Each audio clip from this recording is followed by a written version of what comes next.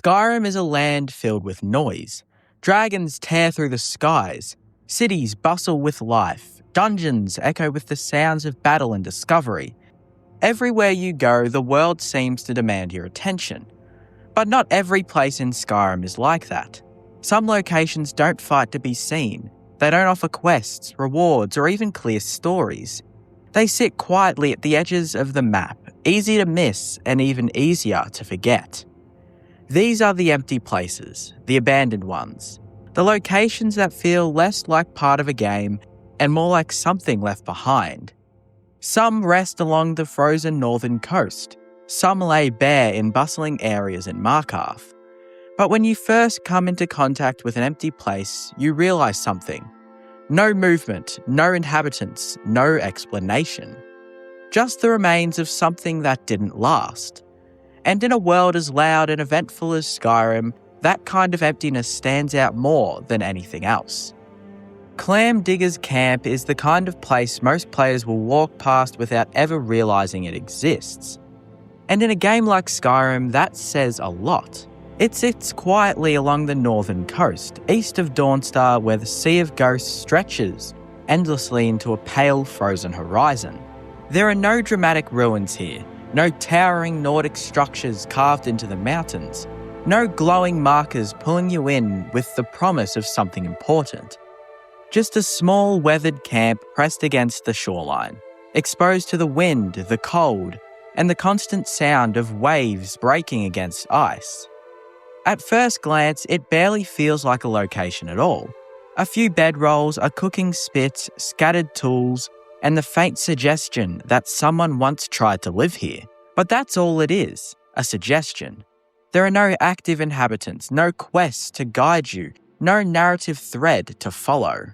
It exists in a strange liminal space between presence and absence, where everything points to human activity, but nothing remains to confirm it. And that emptiness is what makes it so interesting, because Clam Digger's Camp isn't just abandoned, it feels forgotten.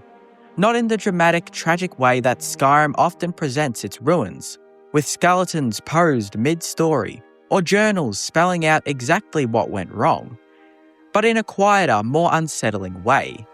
There's no clear explanation for why it was left behind. No signs of struggle, no obvious danger, no final moment preserved in time. Whoever was here simply isn't anymore. And the game offers no answers as to why. That lack of context creates a very different kind of atmosphere, one that relies entirely on implication rather than exposition. You're left to fill in the gaps yourself, to imagine what life might have been like in a place like this. And more importantly, what could have driven someone to leave it behind? The location itself doesn't help much.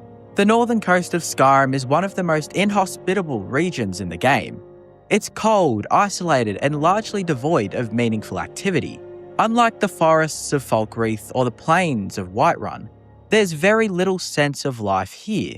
The environment feels static, almost indifferent, as if it would remain exactly the same whether anyone lived there or not. And that indifference is key to understanding why this camp feels the way it does. It's not just empty, it's insignificant. Not in a designed sense, but a narrative one. This isn't a place the world cares about. It's not strategically important, not culturally relevant, not even particularly useful beyond the small, mundane act of gathering clams along the shore. Which raises an interesting question. Why was anyone here in the first place? The idea of someone choosing to live in such a harsh, isolated environment suggests a kind of quiet desperation. Maybe they were trying to get away from something. Maybe they had no other options. Or maybe they were simply drawn to the solitude, to the idea of existing at the very edge of the world where no one would bother them. Skyrim never tells you, and that uncertainty becomes part of the experience. It transforms the camp from a simple environmental detail into something more reflective, something that invites interpretation rather than delivering a very clear answer. And in doing so, it highlights one of the more subtle strengths of Skyrim's world design. its ability to create meaning through absence. Most of the game's more memorable locations rely on spectacle. Massive ruins, dramatic lighting, enemies waiting to challenge you. Clam Digger's Camp does the opposite. It removes all that. There's no danger here, no reward, no sense of progression. Just a quiet space that exists entirely outside the player's usual motivations. And because of that, it's easy to ignore. There's nothing pulling you in, nothing demanding your attention. You have to choose to stop, to look around, to consider what you're seeing. In a world filled with noise, dragons, quests, battles, constant movement, places like this create contrast. They slow things down. They give the player a moment to step outside the usual loop of action and reward and just exist in the space. And while that experience might not be as immediately engaging, it lingers in a different way, not as a memorable event, but as a feeling, a sense of quiet, of absence, of something that used to be there and isn't anymore. And in a game as large and as busy as Skyrim, that kind of emptiness can be just as meaningful as anything else. Deep Folk Crossing is one of those places in Skyrim that feels important the moment you see it.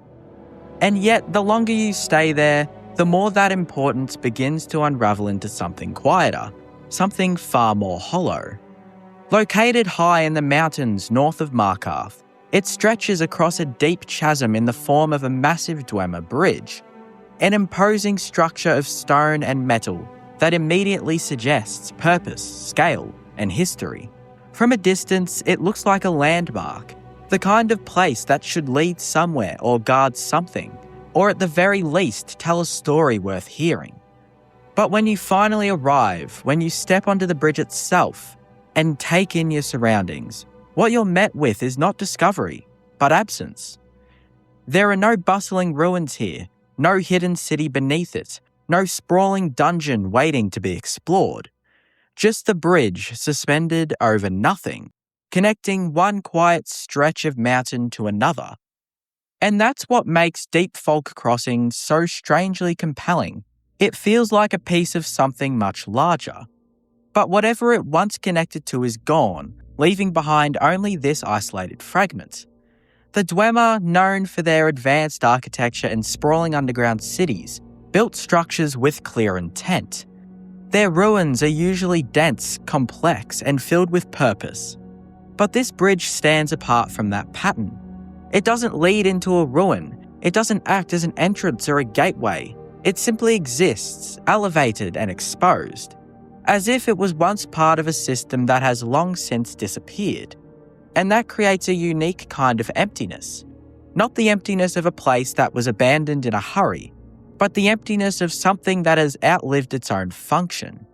There's a difference between a location that feels unfinished and one that feels forgotten. And Deep Folk Crossing sits firmly in the latter category. It doesn't feel like it was meant to be more and never became it. It feels like it was once part of something meaningful, something complete, and over time that context eroded until only this single structure remained. The environment around it reinforces that feeling.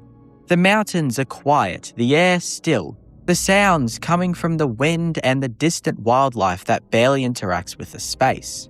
There are no NPCs living there, no signs of recent activity, no evidence that anyone has tried to reclaim or repurpose the structure. It's not dangerous, not particularly rewarding, and not tied to any major quest, which means most players will visit it once, if at all, and then move on without much thought. But if you stop and look at it, really look at it, the bridge starts to feel less like a location and more like a question. Why is it here? What did it connect to? Why build something so large in such an isolated place when you can just go around? Skyrim never answers these questions, and that silence becomes part of the experience.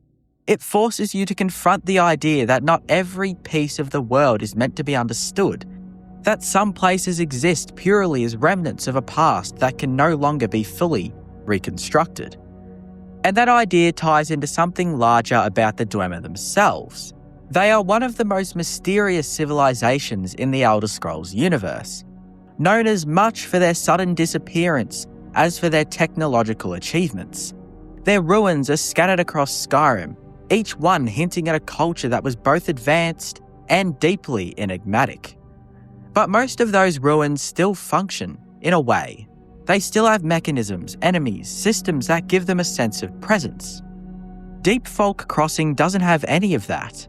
It's static, silent, completely removed from the systems that define other Dwemer locations. And because of that, it feels closer to a monument than a ruin. Not something to explore, but something to observe. A structure that has lost its context, but retained its form. And that creates a different kind of atmosphere, one that leans heavily into isolation. Standing on the bridge, surrounded by open sky and distant mountains, you're not thinking about combat or loot or progression. You're thinking about scale, about time, about the idea that something so massive could be reduced to something so empty. It's a reminder that Skyrim's world isn't just built around the player's journey. It's built on layers of history, many of which are incomplete, fragmented, or entirely missing. Deep Folk Crossing embodies that fragmentation in a way few other locations do. It's not just that it's empty, it's that its emptiness feels intentional, as if the game is deliberately presenting you with a piece of a puzzle that you'll never be able to solve. Kenstag Ruins are part of the unique places in Skyrim that feels less like a location and more like a fleeting memory, something you're not even meant to fully experience, only briefly witness before it disappears again. Situated east of Morthal in the fog-covered marshes of Yarmarch, the ruins themselves are already easy to miss. The region is flat, desolate, and choked with mist, the kind of environment where visibility is low and landmarks blur into one another. It's not a place players tend to explore thoroughly, and even when they do, Kenstag Ruins don't immediately stand out. At first glance, it's just another set of crumbling Nordic stones, partially collapsed and swallowed by the surrounding swamp. There are no enemies waiting to ambush you, no obvious loot that draws you in, no quest marker pointing you towards its significance. It feels empty in the most literal sense. But what makes Kenstag Ruins truly unique and deeply unsettling is that its emptiness isn't consistent, and it changes. Under the right conditions at night, obscured by the ever-present fog, the ruins reveal something that feels almost like it shouldn't be there at all. A group of ghostly figures locked in an eternal silent standoff, both frozen in place as if time itself has been interrupted. There's no movement, no dialogue, no interaction. Just a moment suspended in stillness. And then, just as suddenly as they appear, they're gone. No explanation, no follow-up, no way to engage with what you just saw. The ruins return to their original state, empty, quiet, and seemingly insignificant. This is what sets these ruins apart from almost every other location in Skyrim. It doesn't just lack content, it withholds it. It gives you a glimpse of something meaningful, and then immediately takes it away, leaving you with more questions than answers. Most locations in the game are built around permanence. Enemies respawn, loot resets, environments remain largely unchanged. Kenstag Ruins breaks that pattern by introducing something temporary, something that exists outside the normal rules of the game world. And because of that, it feels less like a designed encounter and more like an anomaly. Something you weren't supposed to see, or at the very least, something that doesn't want to be understood. The figure themselves only deepen that sense of mystery. The ghost you see that leads you to a tomb where bandits are trying to rob is almost contradicting of the whole place entirely. It shows that even in the most abandoned places, the worries of life can still be seen, which makes this ruin even more haunting to this day. But the game never explains who they are, what their story is, or why this moment is being played here, in this forgotten corner of the map.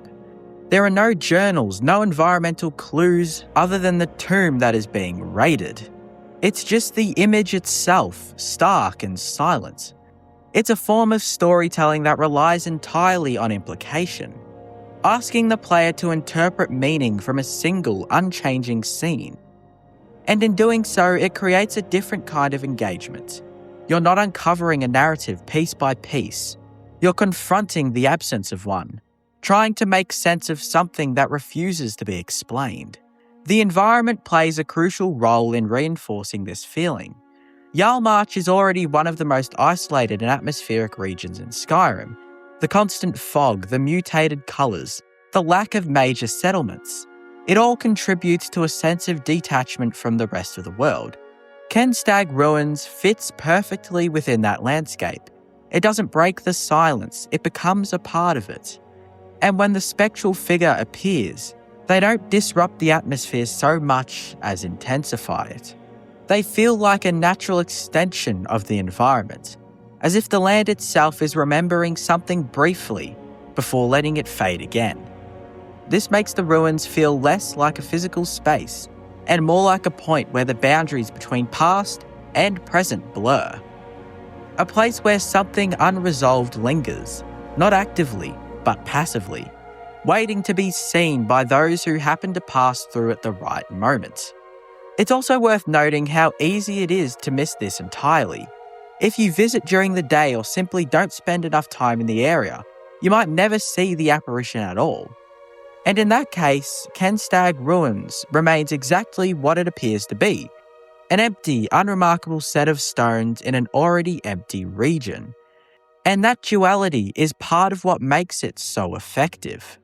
The Hunter's Camp with the sulphur-soaking pools is one of the rare places in Skyrim where emptiness doesn't feel unsettling, but instead it almost feels comforting, like a quiet pocket of the world that exists completely separate from the chaos surrounding it.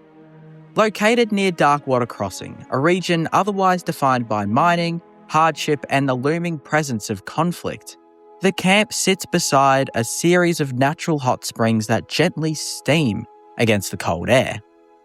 The landscape here is striking in a way that doesn't demand attention, but rewards it. Pale mineral deposits ring the water, soft light reflects off the surface, and the constant hiss of sulphur vents creates a kind of ambient stillness that feels more alive than silent. It's the kind of place that feels like it should be more important than it is, or at the very least more populated. But it isn't. Instead, what you find here is a small, almost fragile presence of life. Just 3 hunters going about their routines with no sense of urgency, no larger narrative pulling them elsewhere.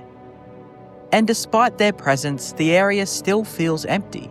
Not abandoned, not forgotten, but intentionally sparse, as if the world itself is choosing to leave this place alone. That contrast is what makes the location so interesting. In most cases, emptiness in Skyrim is tied to loss or absence, places where something used to be and no longer is. But here, the emptiness exists alongside life. The hunters are not struggling to survive in a harsh environment, nor are they remnants of something greater that has fallen apart. They are simply there, existing in a space that doesn't require anything of them. There's no tension, no conflict, no underlying threat that needs to be resolved. Because of that, the camp feels remarkably stable, almost timeless in a way that few other locations in the game achieve. It's not waiting for something to happen. It's not building towards an event. It just is. And that sense of stillness creates a different kind of atmosphere, one that stands in stark contrast to the rest of the region. Darkwater Crossing, just a short distance away, is defined by labour and limitation, a mining settlement where people are tied to routine and obligation. Beyond that, Skyrim itself is a province of constant motion, dragons attacking, civil war unfolding, quests pulling the player in every direction. But at the sulphur-soaking pools, all of that feels distant, almost irrelevant. The world slows down here, the usual urgency fades, and in its place there's a kind of quiet appreciation for the environment itself. The sound of the water, the movement of the steam, the way that light interacts with the landscape. These details become more noticeable precisely because there's so little competing for your attention. It's a form of emptiness that enhances the experience rather than diminishing it. And yet, despite how inviting the location feels, it remains largely untouched. The fact that there are only 3 hunters here emphasises just how underutilised the space is. In a more typical design, a place like this would be a hub, a settlement, or at least a point of interest with multiple interactions. But Skyrim leaves it almost entirely alone. The hunters don't offer much in terms of dialogue or engagement. They don't anchor a quest or provide a deeper narrative. They simply occupy the space, giving it just enough life to prevent it from feeling abandoned. But not enough to make it feel busy. And that balance is what makes the emptiness so noticeable. It's not the absence of people, it's the absence of activity, the absence of purpose beyond simply being there, which in a game so often driven by goals and progression, feels almost unusual. You're not here to complete anything, you're not here to gain anything significant, you're just here. And that can feel surprisingly meaningful, because it highlights something that Skyrim rarely emphasises. The idea that not every location needs to serve a function. Some places can exist purely for their atmosphere, their mood, their ability to create a certain feeling. The Hunter's Camp is one of those places. It doesn't try to impress you with scale or complexity. It doesn't hide secrets or challenge you with enemies. Instead, it offers something much simpler, a moment of calm in a world that rarely slows down. And in doing so, it becomes more memorable than many of the game's more populated areas. Because those places, while full of activity, are often defined by that activity. They're tied to the quests, to the characters, to the systems that keep the player moving forward. The pools, by contrast, ask nothing of you. It doesn't push you in any direction, and it doesn't even try to hold your attention. The burnt-down house in Morthal, the one at the centre of the Laid to Rest quest, is one of the clearest examples of how Skyrim uses emptiness, not just as atmosphere, but as contrast, placing something deeply unsettling right beside something that, on the surface, continues to function as normal. Morthal itself is already a strange town, quiet and fog-covered, lacking the energy of places like Whiterun or Solitude. But it is still lived in. People move about, conversations happen, routines continue. There is a sense of life, even if it's muted. And then there's the house, or what's left of it, sitting just off to the side, blackened and collapsed in on itself. It doesn't blend into the environment so much as disrupts it. It's a permanent scar on the town's landscape, something that cannot be ignored no matter how much the townsfolk might try to move past it. Unlike many abandoned locations in Skyrim, this one has a clear history, a known event tied to it, a fire that killed a woman and her child. But what makes it so effective isn't the event itself, it's what comes after. The house isn't rebuilt, it isn't cleaned up, it isn't repurposed, it's left exactly as it is. A charred skeleton of wood and ash, sitting in the middle of community that continues to exist around it. That decision creates a kind of tension that most locations in Skyrim don't have. The town is active, but this space within is not. It's empty in the most literal sense, devoid of life, but also heavy with implication. You're not just looking at a ruin, you're looking at something that people in the world actively know about, something recent enough to still matter, and yet it remains untouched. And that raises questions, not in the same mysterious, abstract way as places like Kenstag Ruins, but in a more grounded, human way. Why hasn't anything been done about this? Why is it still here out in the open instead of being cleared away or rebuilt? The answer implied through dialogue and the quest itself. It's that this situation isn't resolved. The fire wasn't just an accident. There's something wrong beneath the surface of Morthal, something the townspeople are aware of but hesitant to confront. And so the house remains, not just as a reminder of what happened, but as a symbol of that unresolved tension. It's not abandoned because it was forgotten. It's abandoned because no one wants to deal with what it represents. That distinction is important. because it shifts the nature of the emptiness. This isn't a place that time has moved past. It's a place that time is stuck on. The rest of Morthal continues forward. People go about their lives maintaining the appearance of normalcy. But the house anchors everything in place. It refuses to let the town fully move on. And when you approach it, when you step into the remains of the structure, that feeling becomes even more pronounced. There's very little to interact with, no enemies, no loot of significance, no complex layout to explore.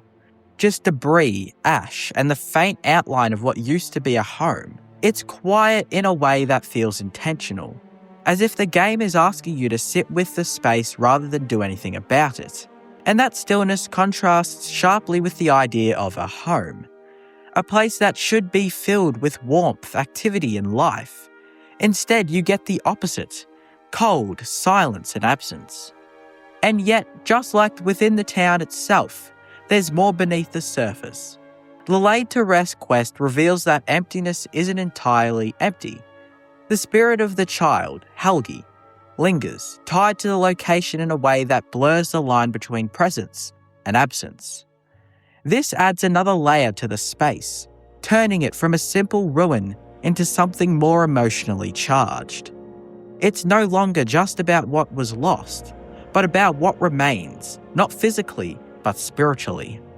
Refugees Rest, located along the harsh eastern edge of Skyrim near the border of Morrowind and the Dunmouth Pass, is one of those locations that feels defined not by what's there, but by what should be there and isn't.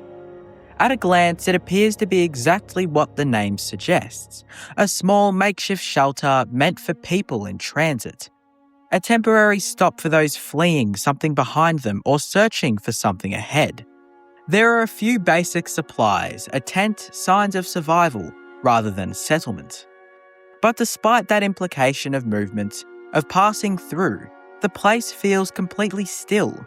There are no refugees when you arrive, no travellers resting, no voices, no sense that anyone has been there recently. It's not bustling, not even lightly occupied. It's just empty. And that emptiness carries a very different tone compared to the other abandoned places in Skyrim. This isn't a ruin reclaimed by time or a structure left behind after some dramatic event. It's a place built for people who never came. Or perhaps came and left so quietly that they may as well have never been there at all. The surrounding environment reinforces that feeling. This part of Skyrim is cold, jagged, and unwelcome, with the looming presence of Morrowind just beyond the mountains. The Dunmouth Pass itself suggests transition, a crossing point between regions, cultures, and histories. It's the kind of place where you would expect movement, especially in a world shaped by conflict, displacement, and political tension. The Red Mountain eruption, the ongoing instability in Morrowind, the border unrest across Tamriel, all of these factors imply that there should be people on the move, seeking refuge wherever they can find it. And yet, Refugees Rest stands alone, untouched by that movement.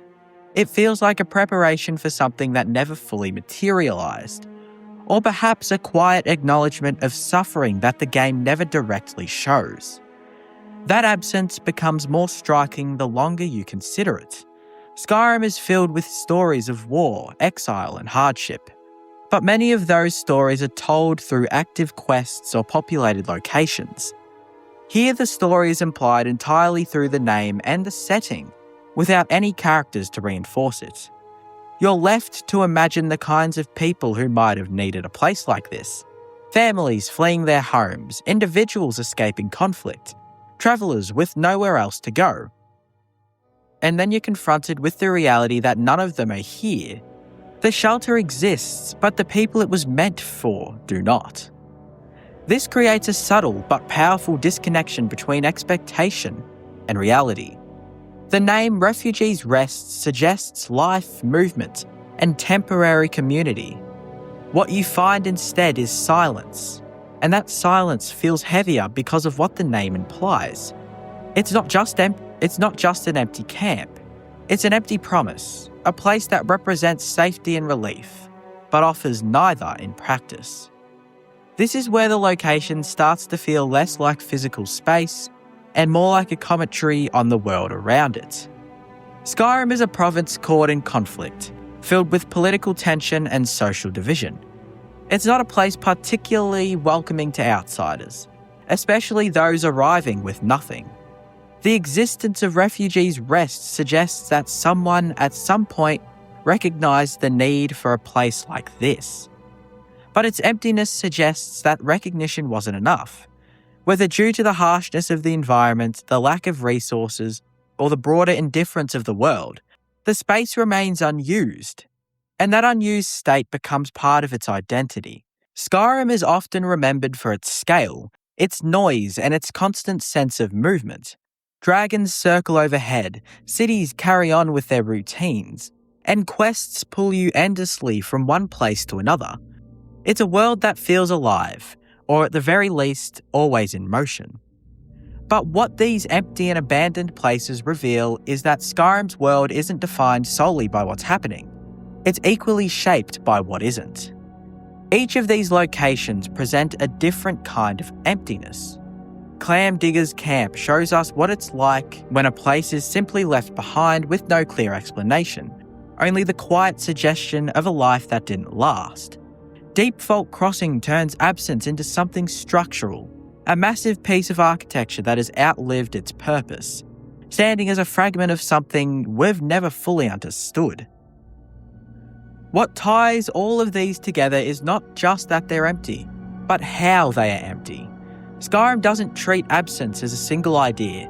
Sometimes it's peaceful, sometimes it's unsettling, sometimes it raises questions, and other times it refuses to answer them entirely. These places don't guide you, don't reward you, and often don't even acknowledge your presence. They simply exist, quietly at the edges of the world. And in doing so, they reveal something important. Not every story in Skyrim is told through action or dialogue. Some are told through silence, through stillness, through the spaces where something should be and isn't. Because in a world so full of noise, it's often the quietest places that leave the strongest impression.